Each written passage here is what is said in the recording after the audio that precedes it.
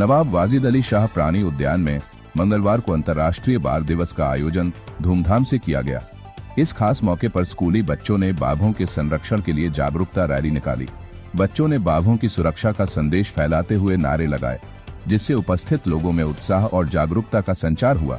कार्यक्रम में विभागीय मंत्रियों और अधिकारियों ने बाघों के संवर्धन और संरक्षण के लिए सरकार द्वारा उठाए गए कदमों की जानकारी साझा की। उत्तर प्रदेश के वन, जंतु एवं उद्यान मंत्री स्वतंत्र प्रभार डॉक्टर अरुण सक्सेना ने कहा कि बाघों की संख्या में लगातार वृद्धि हो रही है, जो कि हमारे लिए राहत की खबर है। उन्होंने बताया कि बाघों का संरक्षण केवल एक जिम्मेदारी नहीं, बल्कि मानव सभ्यता के लिए आवश्यक है। डॉक्टर सक्सेना ने आगे कहा कि जीव जंतु मानव सभ्यता के पोषक होते हैं। उनके बिना मानव सभ्यता ज्यादा दिन तक नहीं चल सकती। इसीलिए बाघों और अन्य जीव जंतुओं की सुरक्षा करना हमारी प्राथमिकता होनी चाहिए। कार्यक्रम में उपस्थित लोगों ने बाघों के संरक्षण के लिए सरकार की योजनाओं की सराहना की और इस दिशा में और अधिक प्रयास करने का संकल्प लिया। बाघों की संख्या बढ़ाना और उनके प्राकृतिक आवास की रक्षा करना सभी की जिम्मेदारी है।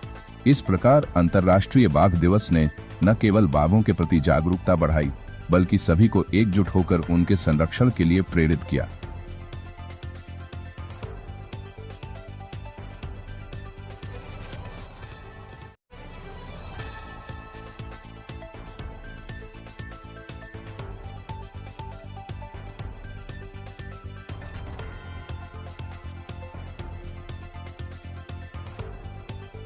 एक पहल का बाघ मित्र 13 बाघ क्षेत्र वाले देशों द्वारा प्रतिभाग किया गया है। इस वर्ष अंतर्राष्ट्रीय बाघ दिवस का थीम है मानव और बाघों के बीच सामंजस्यपूर्ण सह अस्तित्व। ये थीम बहुत ही प्रासंगिक है आज के परिदृश्य में, जहां हम लोग एक तरफ देख रहे हैं कि बाघों की संख्या में लगातार वृद्धि हो रही है और दूसरे मैन एनिमल कॉन्फ्लिक्ट के भी दिन प्रतिदिन हम लोग घटनाओं का सामना करना पड़ रहा है।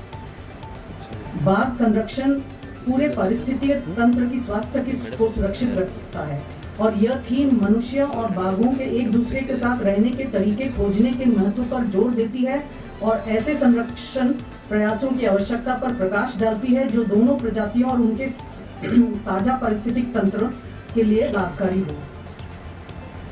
Tiger is a member of the cat family, जैसे यहाँ सब बच्चे जानते हैं, और ये हमारे आइकॉनिक फ्लैगशिप स्पीशीज है और हमारे फूड चेन का ये एपेक्स प्रेडेटर है।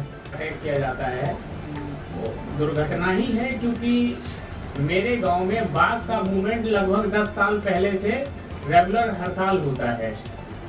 वो वजह ये है कि पहले भी बाघ का मूवमेंट रहा है, क्योंकि गांव जो है हमारे वो जंगल क्षेत्र से लगे हुए हैं, तो बाघों का आना जाना, लेपर्ड का आना जाना लगा रहता है।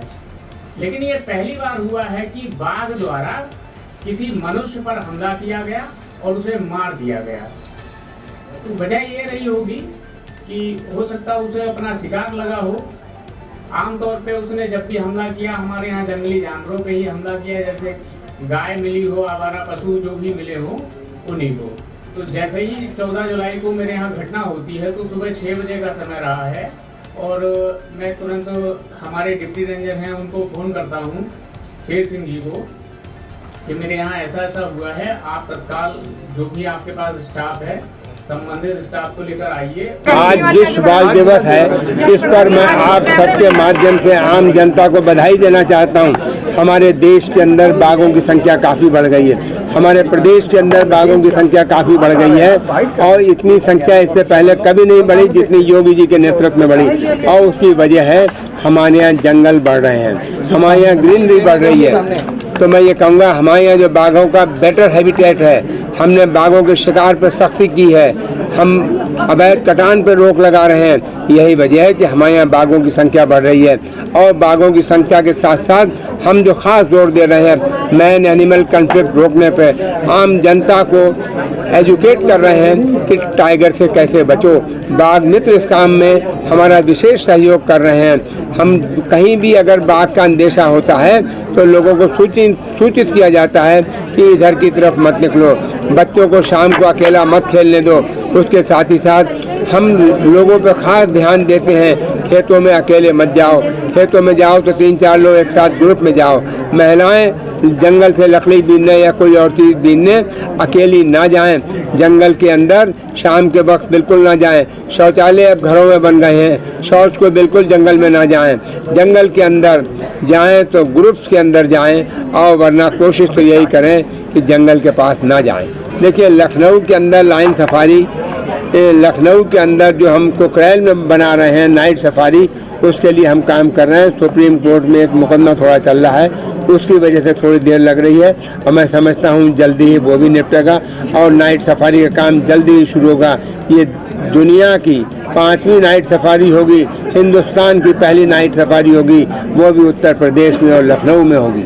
इटावा लाइन सफारी हमारा काफ़ी अच्छा चल रहा है, वहाँ पे और बहुत से काम होने हैं, और वहाँ पर शेर का नंबर बढ़ रहा है।